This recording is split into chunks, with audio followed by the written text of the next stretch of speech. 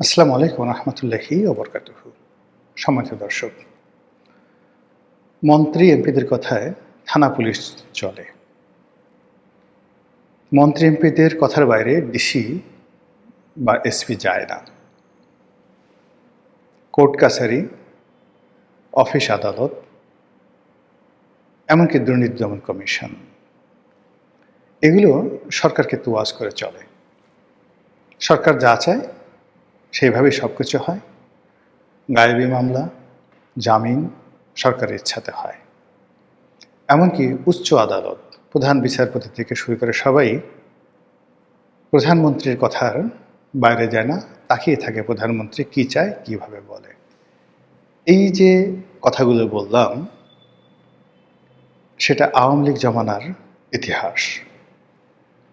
ওখানে অনেক সময় সেই শেখ হাসিনার পেটিকোট, এই কথাগুলো বলা হতো। আচ্ছা বলেন তো, যে বর্তমান যে তারেক রহমান সাহেবের ক্ষমতা বা প্রধানমন্ত্রীর তো অল্প কয়েকদিন, 1.5 মাস হলো, 45 দিন। তো 45 দিনে আমাদের দেশে কোনো কিছুই তৈরি হয় না। মায়ের পেটে যদি বাচ্চা 45 দিন পরে জাস্ট একটা ভ্রূণ থেকে যায়, 45 দিনে একটা পুঁই শাকও তৈরি হয় না, কিচ্ছু তৈরি হয় না। কিন্তু এই 45 দিনে আমাদের দেশের রাজনীতিতে আইনের শাসন, সুশাসন, রাজনীতিতে দলবাজি, দলীয়করণ, এই 45 দিনে কি কিছু হয়েছে নাকি হয়নি? একবার একটু চিন্তা করেন তো। আর আপনি এই বিষয়গুলো নিয়ে যখন চিন্তা করবেন, ঠিক সেই সময়টাতে একটু ইতিহাস নিয়ে ঘুরে আসি। আমাদের দেশে একটা বিখ্যাত মামলা হয়েছিল, মাজদার হোসেন মামলা।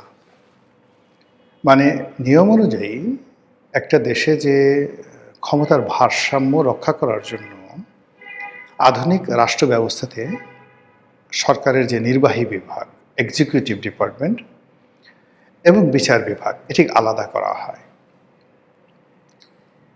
তারপর সরকার এবং পার্লামেন্ট, এটাকে আলাদা করা হয়।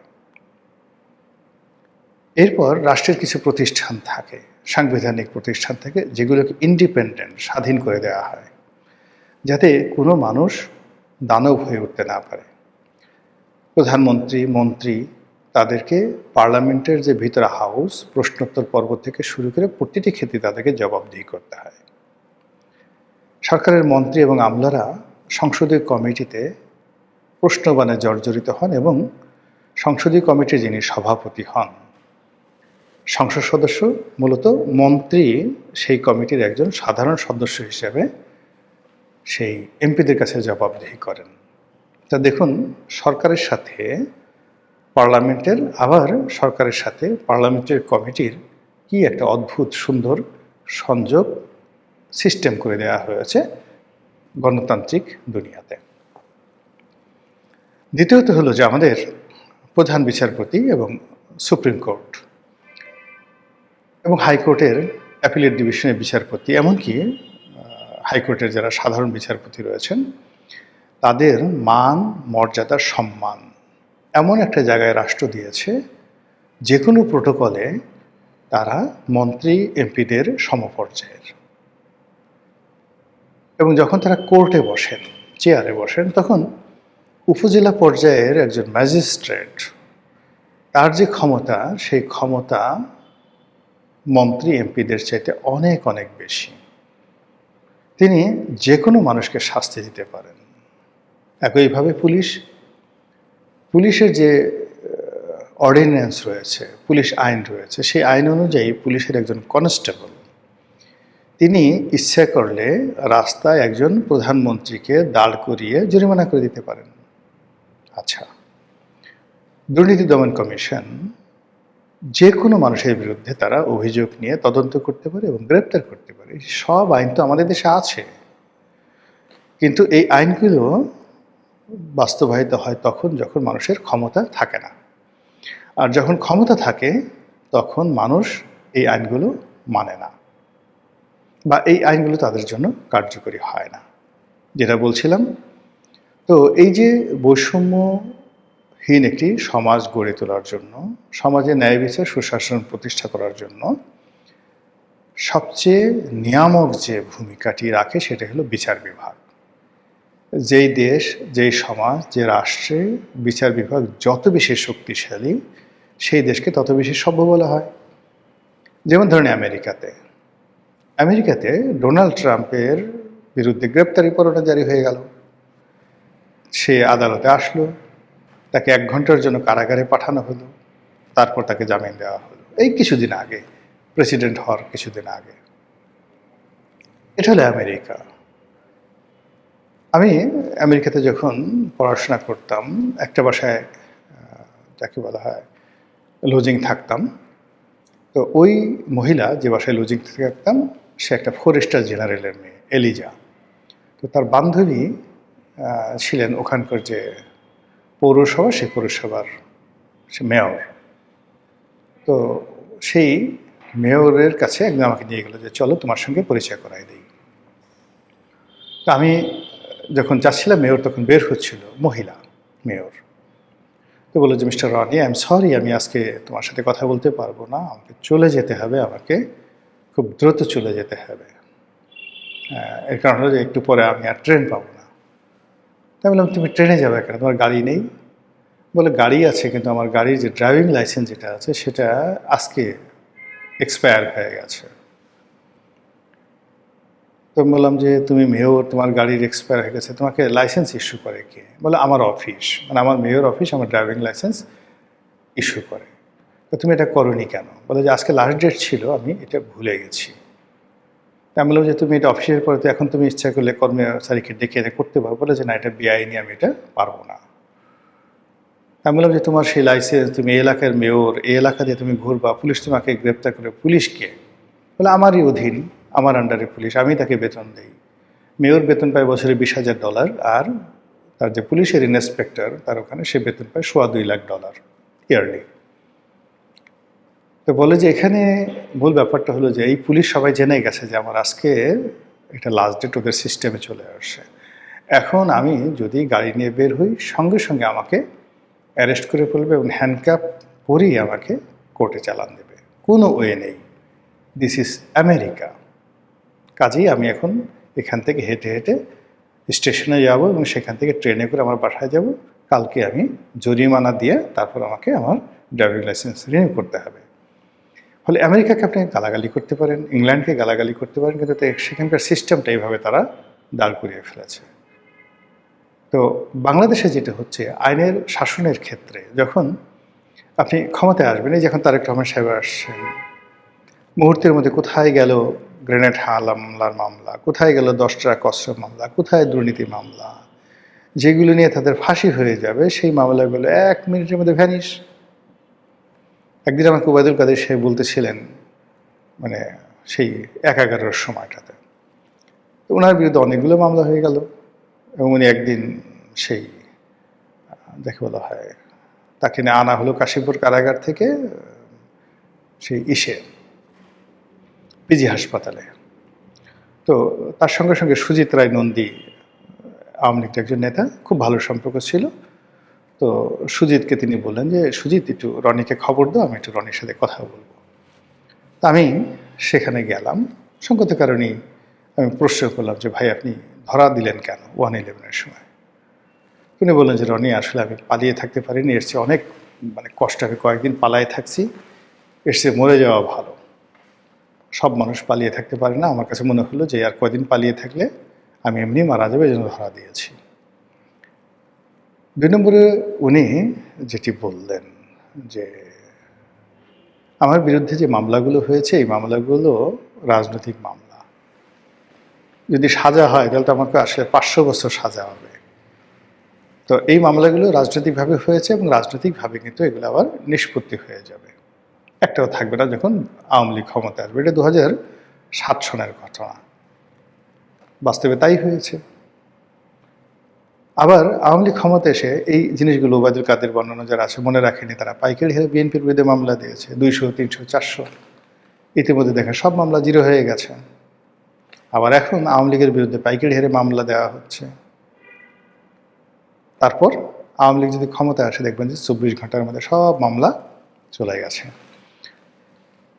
এখন কথা হলো যে যেখানে রাজনৈতিক মামলা আমাদের দেশে টিকে না, এবং এই রাজনৈতিক মামলা দিয়ে সাকসেসফুলি কেবলমাত্র জামাতের যারা লোকজন রয়েছে তাদেরকে ফাঁসিতে লটকানো গেছে, অনেক সম্ভাবনাময় রাজনৈতিক যারা ব্যক্তিত্ব তাদের পুরো রাজনৈতিক ক্যারিয়ার তছনছ করে দেয়া গেছে, এবং রাজনীতির ময়দান সম্পূর্ণরূপে ফাঁকা করে রাজনৈতিক দলগুলো যে আত্মতৃপ্তি লাভ করেছে, এর ফলে দুর্নীতি, অনিয়ম, স্বেচ্ছাচার এইগুলো রাজনৈতিক দলের মধ্যে বাসা বেঁধেছে, এবং রাষ্ট্রতন্ত্র, রাজতন্ত্র, রাজনীতি, গণতন্ত্র, মানবিকতা, মূল্যবোধ, সোশ্যাল কন্ট্রাক্ট, সামাজিক যোগাযোগ তছনছ হয়ে গেছে।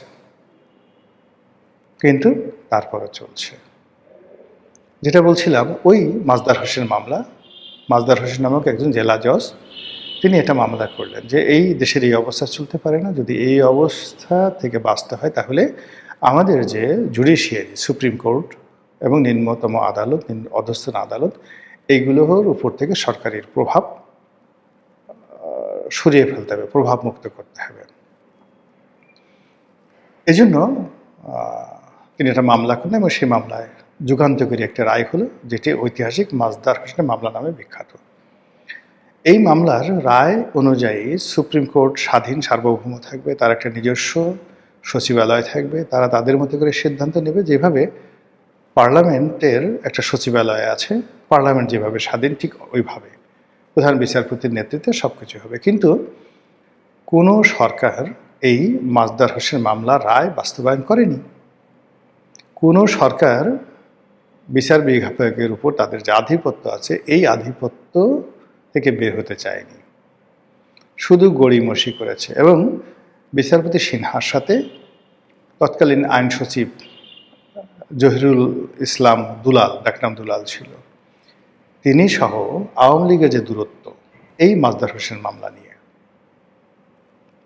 জাস্টিস সিনহা চেয়েছিলেন যে বিচার বিভাগ স্বাধীন হোক, সুপ্রিম কোর্টের আলাদা একটা সচিবালয় হোক, এবং অধস্তন আদালতগুলো তার অধীন কাজ করুক। কিন্তু তিনি সেটা পারেননি, উল্টো তাকে চড়থাপ্পড় খেতে হয়েছে, দেশ থেকে তাকে তাড়িয়ে দেওয়া হয়েছে। এবং যে আওয়ামী লীগকে ক্ষমতা আনার পেছনে তার একটা বিরাট ভূমিকা ছিল, যে যুদ্ধাপরাধীদের বিচারের ব্যাপারে তার বিরাট কন্ট্রিবিউশন ছিল, মুহূর্তের মধ্যে সব বুমেরাঙা হয়ে গেছে। তারপরে ওটা শুধু থেমে থাকেনি, আওয়ামী লীগ যেটা করেছে, বিচারপতিদের যে অভিশংসন, সেই অভিশংসনটি পার্লামেন্টে নিয়ে আসছে। তোমরা বেশি বাড়াবাড়ি করো, এখন থেকে আমার এমপিরা আমার হুকুমে তোমাদেরকে গদিচ্যুত করবে, ক্ষমতাচ্যুত করবে। আর এই জিনিসটি যখন করা হয়ে গেছে, তখন সঙ্গত কারণে কি হয়েছে সেটা এই জুলাই আগস্ট বিপ্লবের সময় দেখতে পেয়েছেন। যদি সিনহার সেই সুপ্রিম কোর্ট থাকতো, এমনকি শামসুদ্দিন চৌধুরী মানিকের সুপ্রিম কোর্ট থাকতো, তাহলে ছাত্রদের যে দাবি দেওয়াটি এটি আদালতে নিষ্পত্তি হয়ে যেত, শেখ হাসিনা ক্ষমতা যেত না।